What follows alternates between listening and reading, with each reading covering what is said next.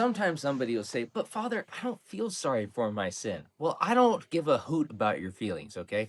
Contrition is not a feeling, it's an act of the will. And we don't let the perfect be the enemy of the good.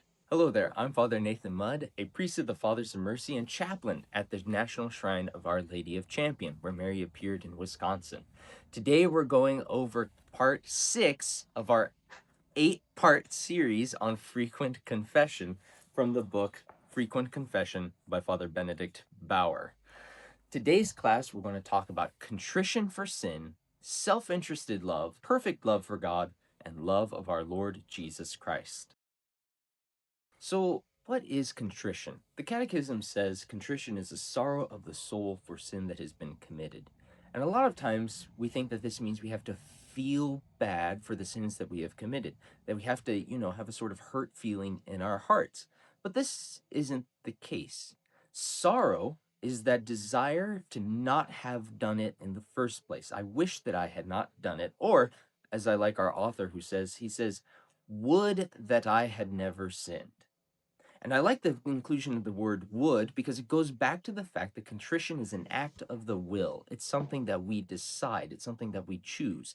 I decide, I choose, I will to be sorry for my sin. I will to have the attitude that I would that I had never sinned. And an attitude is something you can change. Maybe you've been told a lot when you were a kid, change that attitude. And you try. Sometimes it worked, sometimes it didn't. I know a lot of times as a religious, I've had to participate in community recreations that I didn't find enjoyable. But the day that I decided, you know what, I'm going to enjoy this for the sake of my brothers, I actually got a lot more fun out of it because I can change my attitude. And when it comes to contrition, this is an attitude that we choose. I would that I had never sinned in the first place. Now, there are two types of contrition that we could talk about. There's perfect contrition, which we'll get into a little bit more here, and then there's imperfect contrition or attrition. It comes from fear of God's punishment, and it's what motivates us to be sorry for our sin. And because it's based on fear, that's why it's considered imperfect. But it's still valid for confession, where we need contrition of some sort in order to be absolved of our sins. It's valid and sufficient. Now, since we're talking about venial sin most of the time in our frequent confession series, what do we mean when we say we fear God's punishment? Venial sin doesn't condemn us to hell.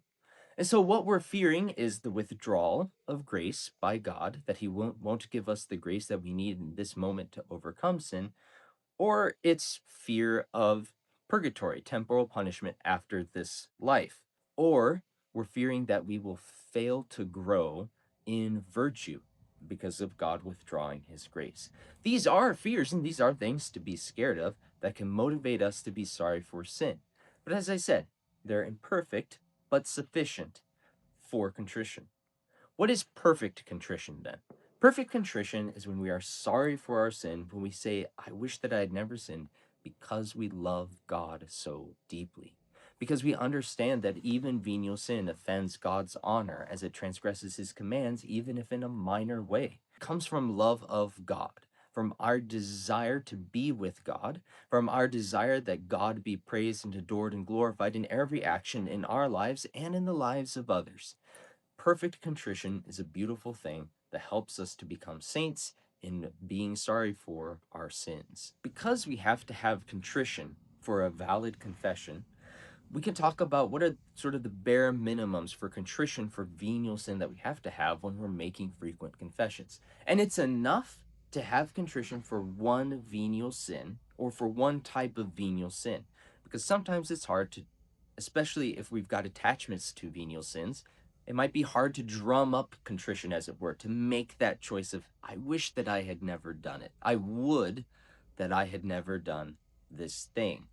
But nonetheless, when we're doing that, and we can do it at least for one venial sin, that's enough for a valid confession. But, as our author points out, why should we just hope for mere validity of confession? If we want our frequent confessions to help us grow, then we're going to try to do better than that. And so we can think about a sort of universal contrition, and this is a contrition for all the sins that we have ever committed. This comes from living the virtue of penance, which we talked about in an earlier video, of constantly living in reparation for our sins and telling God that we wish that we had never done them.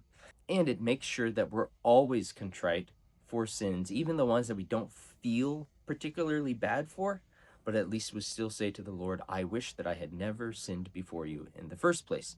Universal contrition is a great part of the virtue of penance and something that we should try to grow in without becoming overly scrupulous in it. Once again, we're not required to confess all of the venial sins that we have committed since our last confession, but it can be good in order to conserve our mental energy and to help stay away from scrupulosity. We especially confess those venial sins that we are contrite for and that we are working on, particularly at this moment in our lives. In the last three parts of what we read for this week, our author is going to sort of compare and contrast and describe self-interested love, perfect love of God, and love of our Lord Jesus Christ. The reason why he does this is because he's going to point out to us how we love God and give us some beautiful reflections on what it means for the heart to be in love with God, and especially God made incarnate, the Word made flesh, Jesus Christ, his only Son. So he starts off with self-interested love. Now, when you hear this, you're probably thinking of, oh yeah, self-interested love. That's pride, right? That is not what our author is talking about at all. What our author is talking about is self-interested love loves God for the sake of oneself. This is the love that says God is going to reward me with heaven, and so I love him for the reward that he has promised to me. I love him for the help that he has given me and that he has promised he will give me. It says, because God is good to me, I love him.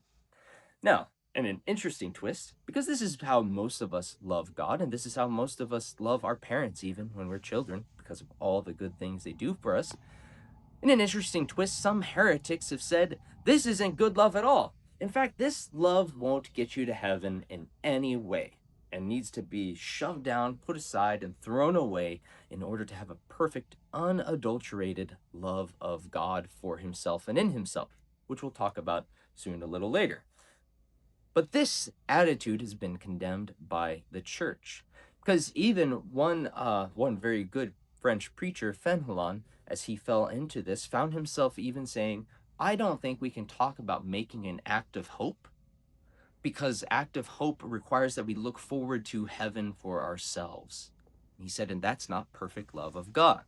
And that really bothered him, and I think he worked through some of that later in his theology. But for us, we are reminded that if we are going to live out the virtue of hope, this means looking forward to God fulfilling his promises to us. And that means there is a legitimate place for self-interested love in theology. And this is the foundation of how we begin to love God.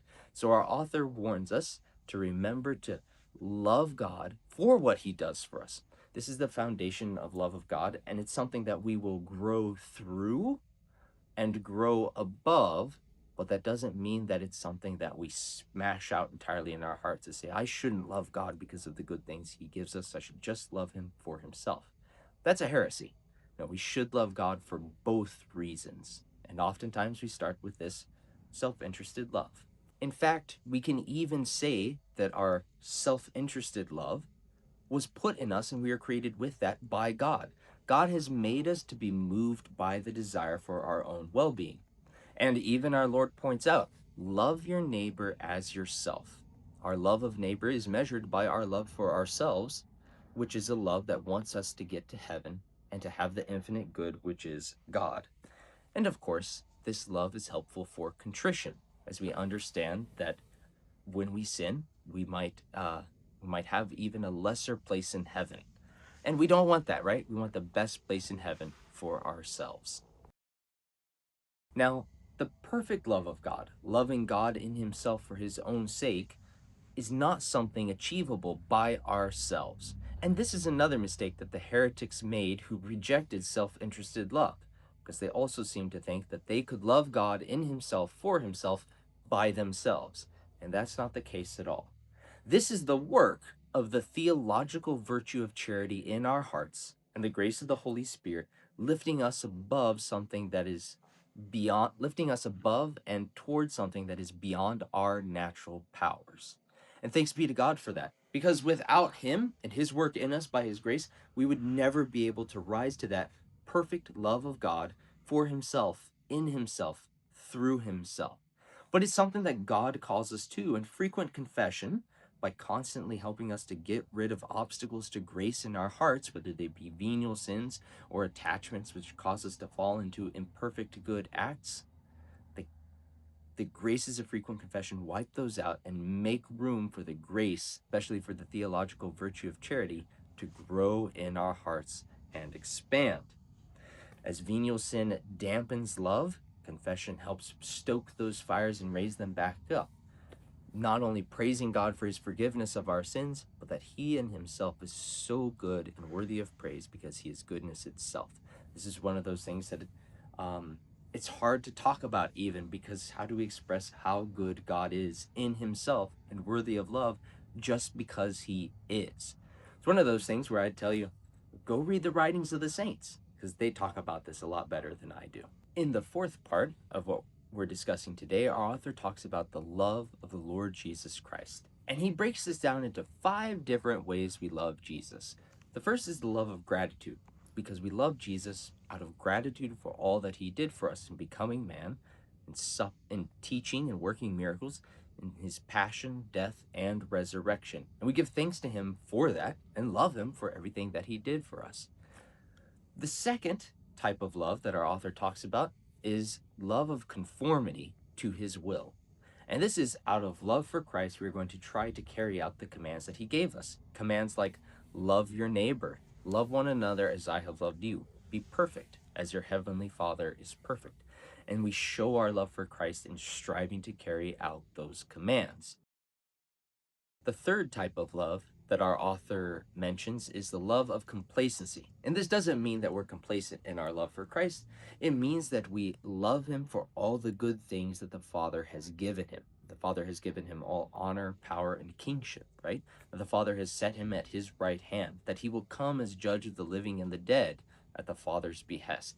So we love Christ for all the good, not that he's done for us, but all the good things that the Father has done for him and has given him. The fourth type of love is love of compassion. This is the love that we give to our Savior when we think about all that he suffered for us: the crown of thorns, the scourging at the pillar, the crucifixion, his death, his body laying in the tomb. All of these things that Christ suffered for us helped earn us redemption. And when we look at our Savior, abandoned and humiliated and suffering, we are moved with compassion for him and with love for him as well. The fifth love that our author talks about is the love of benevolence. Benevolence coming from the Latin benevolens, the goodwill. And he says, our author says, what do you want for the good of your Savior? And he says, this is the love that wants other people to know Jesus. We love Jesus so much, we want other people to know him and all the good things that he's done for us, all the good things that the Father has given him, all of the things that he suffered for us. We want other people to share in all of the types of love that we have for our Savior. This is the fifth type of love for our Lord Jesus Christ. And he puts these as 5 different types of love because they are motivated by different things in the life of our Lord, or they have different ends to their love, like to bring others to Christ. And at the end of this, I want to remind us that as we are striving for perfect love of God, as we're striving to love Jesus with these 5 types of love, I want to remember that they will all rise naturally within us as we make good frequent confessions and as we try to grow in virtue. Perfect love of God is not something that we can force on ourselves. It is a gift from God given to the heart that is open to it. And this is why I said, we don't let the perfect be the enemy of the good, in terms of that aphorism.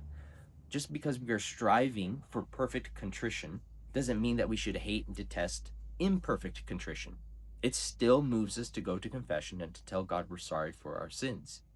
Just as we're striving for perfect love of God and to love him in himself for his own sake, doesn't mean that we hate and detest self-interested love. It's actually something that helps us grow into perfect love of God. We don't let our ideals become the enemy of good things which are going to help us grow.